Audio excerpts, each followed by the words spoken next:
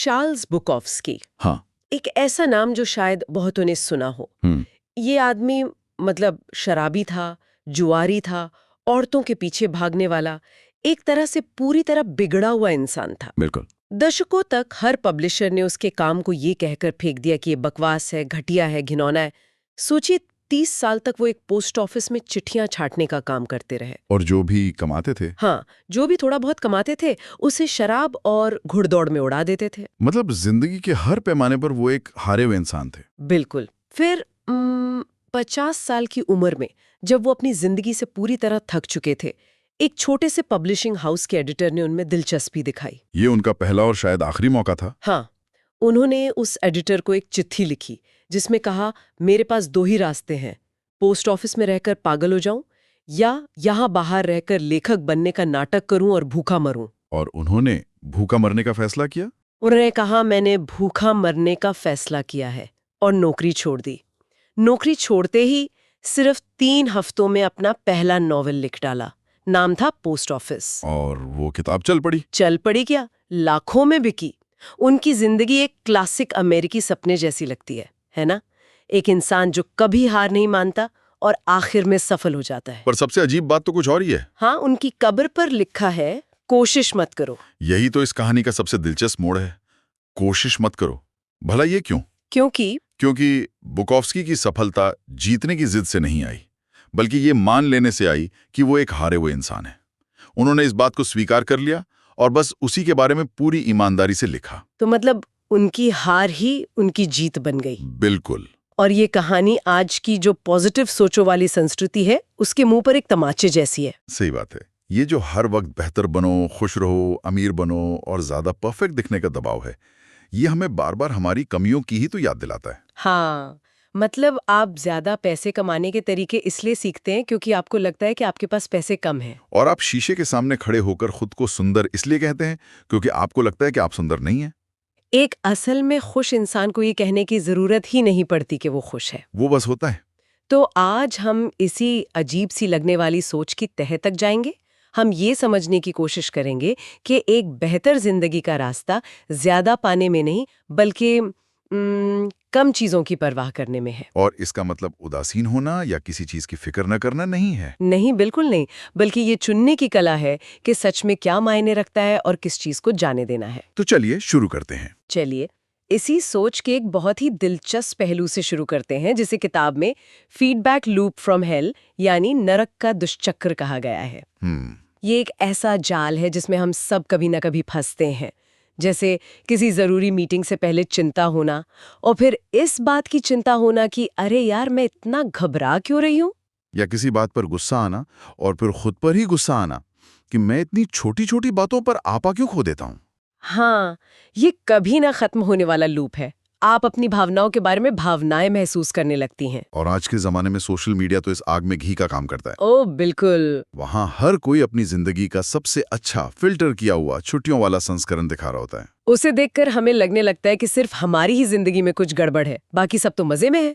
तो इस लूप से बाहर कैसे निकलें? हाँ, यही सवाल। यहाँ पर दार्शनिक एलन वॉट्स का बैकवर्ड्स लॉ या उल्टा नियम काम आता है।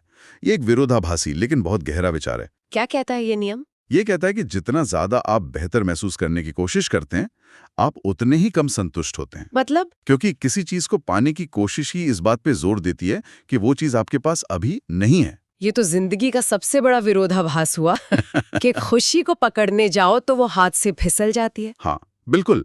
और इसका उल्टा भी उतना ही सच है। एक नकारात्मक अनुभव को स्वीकार करना अपने आप में एक सकारात्मक अनुभव है। ये सुनने में थोड़ा अजीब लग सकता है।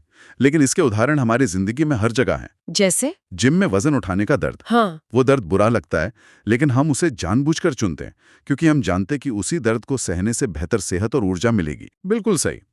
या फिर व्यापार में शुरुआती असफलताएं। कोई भी असफल नहीं होना चाहता लेकिन वही असफलताएं बाद में सफलता के लिए जरूरी समझ पैदा करती हैं। यहाँ तक कि अपनी असुरक्षाओं को ईमानदारी से मान लेना आपको दूसरों की नजर में ज्यादा आत्मविश्वासी और आकर्षक बना सकता है। मतलब जिंदगी में हर कीमती चीज उससे जुड़े नकारात्मक अनुभव को पार करके ही मिलती है। तो दर्द से भागने की कोशिश करना अपने आप में एक और तरह का दर्द पालना है। ये बात मुझे बुद्ध की कहानी की याद दिलाती है। वो एक राजकुमार थे जिन्हें उनके पिता ने हर तरह के दुख और तकलीफ से दूर एक महल में पाला था। हर सुख सुविधा दी गई थी। हाँ, लेकिन फिर भी वो अंदर से बेचैन और दुखी थे। क्योंकि उन्हें पता था कि कुछ तो है जो उनसे छिपाया जा रहा है। हाँ, जब उन्होंने महल से बाहर की दुनिया देखी और बीमारी, बुढ़ापा और मौत को पहली बार समझा, तो वो सब कुछ त्याग कर सच की खोज में निकल पड़े। उन्होंने सालों तक खुद को कष्ट दिया, भूखे रहे, दुख भोगा, लेकिन उन्हें एहसास हुआ कि बिना किसी उद्देश्य के सहा गया दुख भी बेकार है। और यहीं से उनका वो मशहूर निष्कर्ष निकला कि जीवन अपने आप में दुख का एक रूप है। दर्द और हानि तो होंगे ही, इनसे बचा नहीं जा सकता। और ये कोई आध्यात्मिक बात ही नहीं है, ये जैविक रूप से भी सच है। किताब इसी बात को एक बहुत ही मजेदार तरीके से समझाती है। वो एक किरदार का जिक्र करते हैं जिसका नाम है डिसअपॉइंटमेंट पांडा।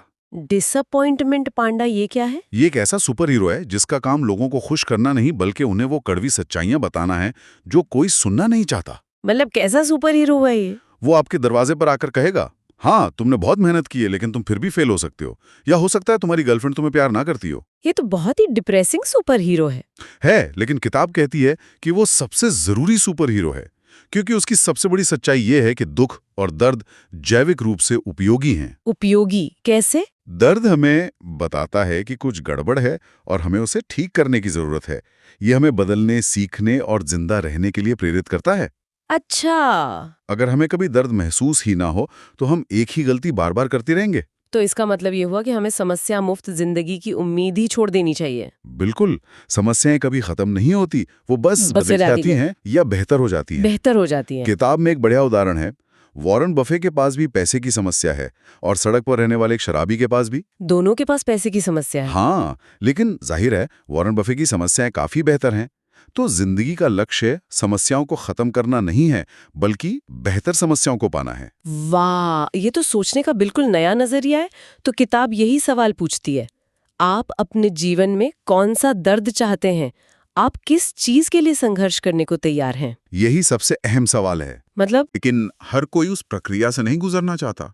वो रोज घंटों का अभ्यास, वो भारी भरकम स्पीकर और एम्पलीफाइड होना, वो बार बार रिजेक्ट होना, वो छोटे छोटे क्लब में खाली कुर्सियों के सामने गाना। हाँ, सच्ची खुशी और जिंदगी का मतलब उस परिणाम में नहीं, बल्कि उस संघर्ष को चुनने और उसे संभालने में मिलता है जिसे आप सच में चाहते हैं। चलिए अब एक ऐसे विचार पर आते हैं जो शायद सुनने में थोड़ा चुभेगा। अच्छा? क्योंकि ये उस हर चीज के खिलाफ जाता है जो हमें बचपन से सिखाई गई है। और वो विचार है, आप खास नहीं हैं। ये सुनने में तो बहुत नेगेटिव लगता है ना? बिल्कुल, क्योंकि आज हम इंटरनेट और मीडिया की वजह से लगातार असाधारण लोगों की कहानियों से घिरे रहते हैं। सबसे अमीर, सबसे सुंदर, सबसे सफल। हाँ, सबसे बुद्धिमान। इसे किताब में असाधारण होने का अत्याचार कहा गया है। और इसका नतीजा ये होता है कि औसत या एवरेज होना अब एक नई तरह की विफलता जैसा लगने लगा है। सही बात है। अगर आप बाकियों से बेहतर नहीं है तो आप में जरूर कोई कमी है। और इसी सोच ने आत्मसम्मान आंदोलन यानी सेल्फ एस्टीम मूवमेंट को जन्म दिया, जिसकी किताब में काफी आलोचना की गई है। हाँ, 60 और 70 के दशक में ये विचार बहुत लोकप्रिय हुआ कि बच्चों का आत्मसम्मान बढ़ाना जरूरी है। उन्हें ये सिखाया जाना चाहिए कि वे कितने खास और अनोखे हैं, चाहे उन्होंने असल में कुछ हासिल किया हो या नहीं। बिल्कुल। इससे जिमी जैसे लोगों की एक पीढ़ी पैदा हुई।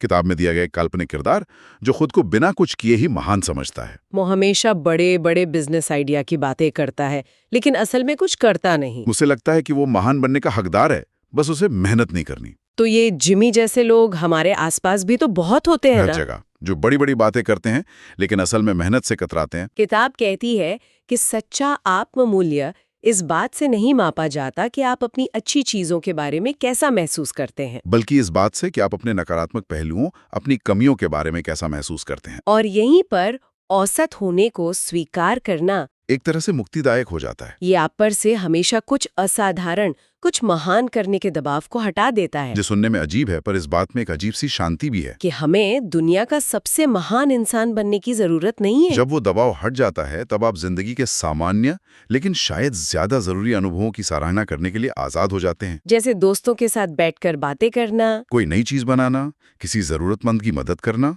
एक अच्छी किताब पढ़ना। शायद यही वो चीजें हैं जो असल में जिंदगी को मायने देती हैं, न कि दुनिया का सबसे असाधारण इंसान बनने की होड़। बिल्कुल। ये सब जुड़ा है चुनाव और जिम्मेदारी से। किताब में एक बहुत अच्छा उदाहरण दिया गया है, सोचिए अगर कोई बंदूक की नोक पर आपको 26.2 मील यानी एक मैराथन दौड़ने पर मजबूर करे। वो अनुभव कितना भयानक, दर्दनाक और अपमानजनक होगा। एक सजा होगी। हाँ, बिल्कुल। लेकिन अगर आप खुद मैराथन दौड़ने का चुनाव करती हैं तो वही 26.2 मील की दौड़ आपकी जिंदगी का एक गौरवपूर्ण और यादगार पल बन सकती है। दर्द वही है, दूरी वही है, पर अनुभव बिल्कुल अलग है। बात यह है कि जब हमें लगता है कि हमने अपनी समस्याओं को खुद चुना है, तब हम कमजोर नहीं बल्कि सशक्त महसूस करते हैं। यहीं पर लोग अक्सर जिम्मेदारी और दोष के बीच उलझ जाते हैं। अच्छा। किताब कहती है कि ये दोनों एक ही चीज नहीं है। दोष यानी फॉल्ट अतीत में होता है, जो हो चुका है वो किसी की गलती थी। और जिम्मेदारी यानी रिस्पॉन्सिबिलिटी वर्तमान में होती है। अब आप क्या करेंगे? हम अक्सर उन चीजों के लिए जिम्मेदार होते हैं जो हमारी गलती नहीं होती। इसका कोई उदाहरण दे सकते हैं? जरूर। मान लीजिए कोई आपके दरवाजे पर एक नवजात शिशु छोड़ जाए। ये आपकी गलती नहीं है, आपने ये नहीं किया। ठीक है। लेकिन अब उस बच्चे का क्या करना है ये आपकी जिम्मेदारी है। आप पुलिस को फोन कर सकते हैं, उसे अनाथालय ले जा सकते हैं या उसे अपनाने का फैसला कर सकते हैं। आप जो भी चुनाव करेंगी उसके परिणाम के लिए आप ही जिम्मेदार होंगी। बिल्कुल। दोष किसी और का था पर जिम्मेदारी आपकी बन गई। मतलब भले ही हमारी गलती ना हो, पर हालात को सुधारने की जिम्मेदारी हमेशा हमारी ही होती है। हमेशा। अपनी जिंदगी में होने वाली हर चीज की जिम्मेदारी लेना ही पहला कदम है। और ये इस बात पर निर्भर करता है कि हम अपनी सफलता को मापते कैसे हैं। हाँ, और यहाँ 2 संगीतकारों डेव मस्टिन और पीट बेस्ट की कहानियां बहुत कुछ सिखाती हैं। हाँ, ये बहुत दिलचस्प है। डेव मस्टिन को उनके बैंड मेटालिका से बहुत शुरुआती दिनों में निकाल दिया गया था। इसके बाद उन्होंने अपना एक नया बैंड बनाया, मेगाडेथ, जो बहुत ज्यादा सफल हुआ। उसने लाखों एल्बम बेचे, दुनिया भर में टूर किए, वो एक रॉकस्टार बन गए। मतलब किसी भी पैमाने पर वो एक कामयाब इंसान थे। हाँ, लेकिन मुस्टेन ने सालों बाद एक इंटरव्यू में रोते हुए कहा कि वो आज भी खुद को एक असफल इंसान मानते हैं। इतना सब कुछ हासिल करने के बाद भी क्यों? क्योंकि उनका पैमाना हमेशा मेटालिका से बेहतर बनना था, और मेटालिका उस वक्त तक दुनिया के सबसे बड़े और सफल बैंड्स में से एक बन चुका था। ओह। उनके पास सब कुछ था, फिर भी वो दुखी थे क्योंकि उन्होंने गलत पैमाना चुन लिया था। और दूसरी तरफ पीट बेस्ट हैं। हाँ, उन्हें द बीटल्स से तब निकाला गया जब वे दुनिया भर में मशहूर होने वाले थे। उनकी जगह रिंगो स्टार को ले लिया गया। जाहिर है पीट बेस्ट कई सालों तक गहरे अवसाद में रहे होंगे। सोचकर ही बुरा लगता है। ये तो शायद किसी के भी करियर की सबसे बड़ी चूक हो सकती है। बिल्कुल। लेकिन सालों बाद पीट बेस्ट ने एक इंटरव्यू में कहा, मैं आज द बीटल्स के साथ रहने से ज्यादा खुश हूं। ऐसा क्यों? ऐसा इसलिए हुआ क्योंकि उन्होंने अपने मूल्यों को, अपनी सफलता के पैमाने को बदल दिया। उन्होंने शोहरत और पैसे के बजाय एक शांत पारिवारिक जीवन को प्राथमिकता दी। उन्होंने एक अच्छी पत्नी और बच्चों के साथ एक सामान्य खुशहाल जिंदगी को अपनी सफलता का पैमाना बनाया। और वो सच में खुश थे। ये दोनों कहानियां दिखाती हैं कि हमारी बाहरी परिस्थितियां हमारी खुशी को उतना तय नहीं करती जितना हमारे चुने हुए मूल्य और पैमाने करते हैं। डेव मस्टेन के पास सब कुछ था, फिर भी वो दुखी थे। पीट बेस्ट ने सब कुछ खो दिया, फिर भी वो खुश थे। ये सब चुनाव का ही खेल है। ये कहानियां हमें सोचने पर मजबूर करती हैं। हम सब अपने लिए सफलता का कौन सा पैमाना लेकर चल रहे हैं? क्या वो हमारा अपना है या समाज ने हमें थमा दिया है? ठीक वैसे ही जैसे डेव मस्टेन ने मेटालिका को अपना पैमाना बना लिया था। ये सवाल खुद से पूछना बहुत जरूरी है। तो कुल मिलाकर संदेश ये है कि ये किताब ज्यादा हासिल करने के बारे में नहीं है, बल्कि खोने और जाने देने के बारे में है। ये आपको कम चीजों की परवाह करना नहीं सिखाती, बल्कि बेहतर चीजों की परवाह करना सिखाती है, बेहतर मूल्यों को चुनना सिखाती है। क्योंकि जब आप बेहतर चीजों की परवाह करते हैं तो आपको बेहतर समस्याएं मिलती हैं। और जैसा हमने पहले बात की, जब आपको बेहतर समस्याएं मिलती हैं तो आपको एक बेहतर जीवन मिलता है। आखिर में श्रोताओं के लिए एक विचार छोड़ना चाहूंगा। जरूर। ये किताब सिखाती है कि विकास या ग्रोथ गलत से सही होने की यात्रा नहीं है। ये गलत से थोड़ा कम गलत होने की एक कभी ना खत्म होने वाली प्रक्रिया है। निश्चितता यानी ये मान लेना कि आप सब कुछ जानते हैं और आप सही हैं, विकास की सबसे बड़ी दुश्मन है। हमें हमेशा संदेह की तलाश में रहना चाहिए, अपनी मान्यताओं पर, अपनी भावनाओं पर, अपनी निश्चितता पर। तो इसका मतलब है कि हमें अपने ही विचारों पर सवाल उठाने से डरना नहीं चाहिए। बिल्कुल नहीं। तो अगली बार जब कोई किसी बात को लेकर पूरी तरह आश्वस्त हो तो खुद से बस एक सवाल पूछना चाहिए, क्या होगा अगर मैं गलत हूं? वाह, ये एक छोटा सा सवाल आत्मचिंतन के बड़े दरवाजे खोल सकता है और हमें खुद को थोड़ा कम गंभीरता से लेने की आज़ादी दे सकता है। ये तो सोचने वाली बात है। क्या होगा अगर मैं गलत हूँ? इस सवाल के साथ हम आज की बातचीत यहीं खत्म करते हैं।